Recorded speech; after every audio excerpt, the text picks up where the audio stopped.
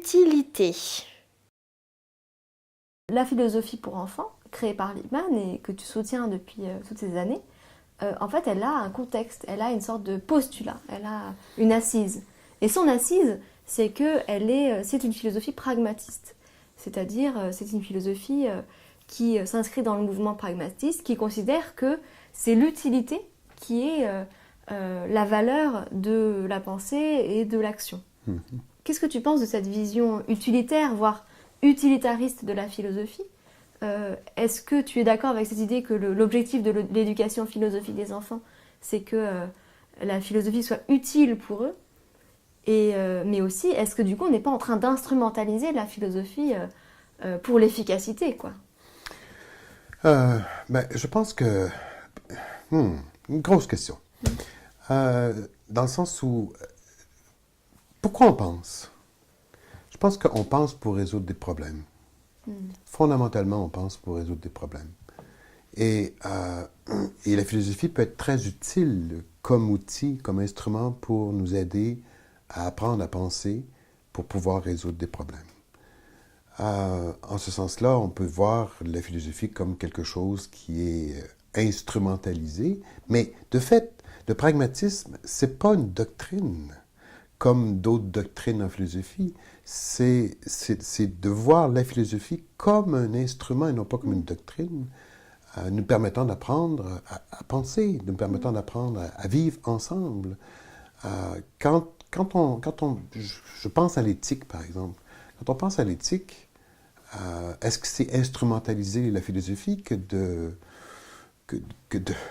considérer des problèmes éthiques et dire comment peut-on agir dans telle ou telle situation? Je ne crois pas.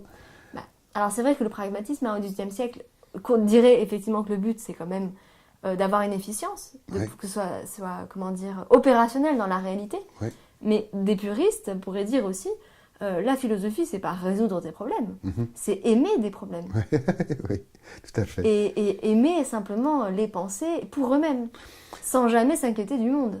Je pense qu'il y a autant, à la limite, je pense qu'il y a autant de définitions de philosophie qu'il y a de philosophes, en partant. Alors, ça, c'est peut-être un problème à résoudre. où il faut aimer cela. Mais dans tous les cas, il me semble que si on veut agir, si on veut reconstruire l'expérience dans laquelle on se trouve, pour qu'elle soit un peu meilleure la prochaine fois, il importe de pouvoir avoir des moyens pour y arriver. Et la philosophie peut être un coffre d'outils en ce sens-là, nous permettant de reconstruire l'expérience de telle manière que la reconstruisant, elle soit un peu plus adéquate, un peu plus facile à vivre, sachant bien qu'en la reconstruisant, elle va reposer le problème à nouveau et qu'il faudra se remettre à l'ouvrage la fois d'après. Mais je tiens à souligner à nouveau que le pragmatisme n'est pas une doctrine visant à dire, bon, telle conception, ou enfin, tel concept en philosophie, ça veut dire ceci, tel concept en philosophie, ça veut dire cela. C'est pas du tout l'objectif qui est en jeu ici. Et c'est pour ça que, en utilisant une démarche comme celle-là avec les enfants, on évite de leur induire une philosophie en particulier, qui serait la philosophie de Thomas d'Aquin, ou la philosophie d'Aristote, ou la philosophie de Platon.